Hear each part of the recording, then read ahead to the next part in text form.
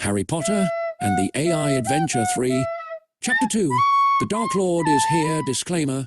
Harry Potter belongs to J.R.R. Tolkien. The Dark Lord is here, oh great and powerful wizard. There it was again, that strange feeling that Voldemort knew his name.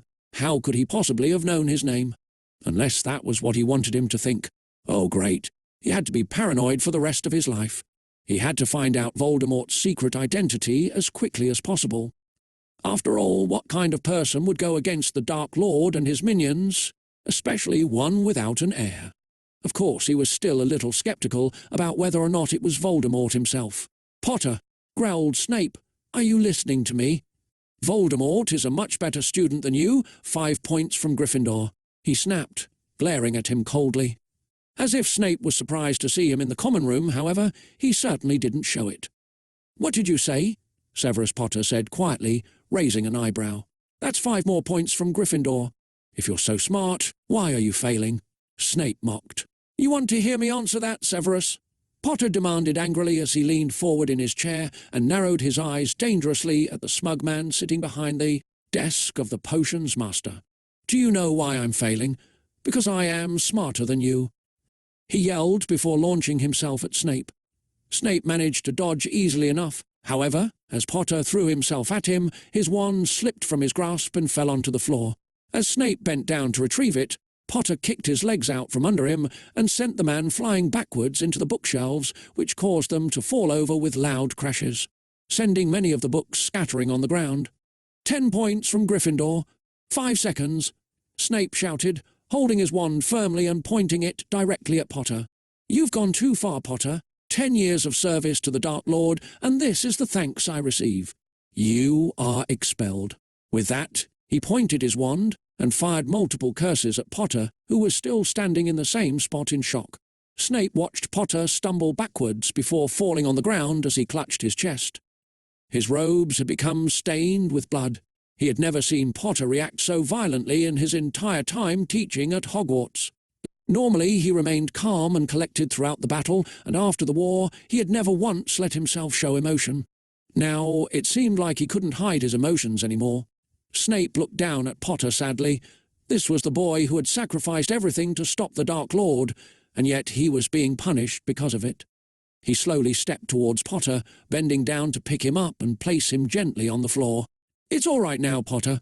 Meanwhile, Hermione had just entered Madame Pomfrey's office for her schizophrenia pills.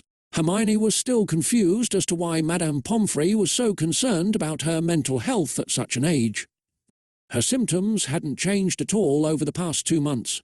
She was still schizophrenic, she still lost control over her body and talked to herself, and sometimes even had nightmares.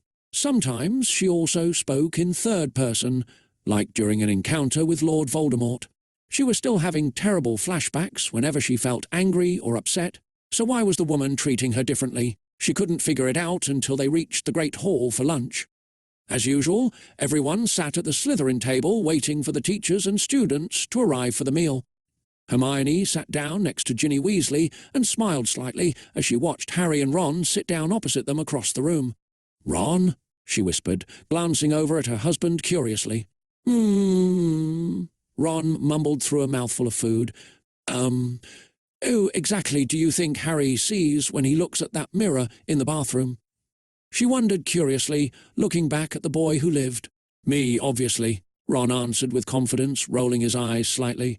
"But how is that even possible? I know Harry doesn't have any friends. We've all been together since primary school, and I know for sure none of us have ever seen ourselves in the mirror," Ron said. Suddenly Snape leapt into the dining hall through the stained-glass window. He looked frightfully angry.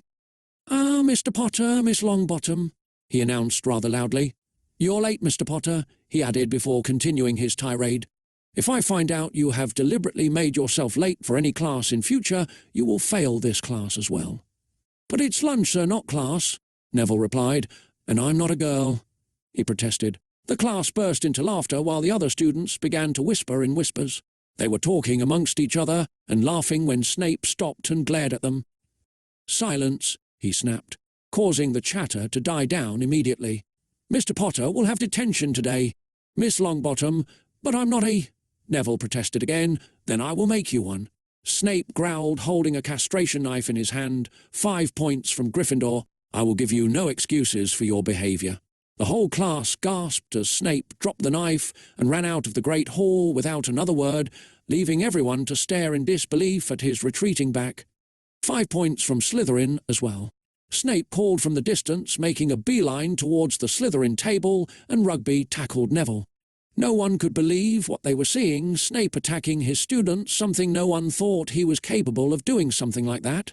After class, Snape pulled Hermione aside in the deserted hallway and informed her that the boy will never get a single detention again if she kept quiet about the incident earlier. Hermione agreed, promising him she would never mention anything related to his attack towards her friend.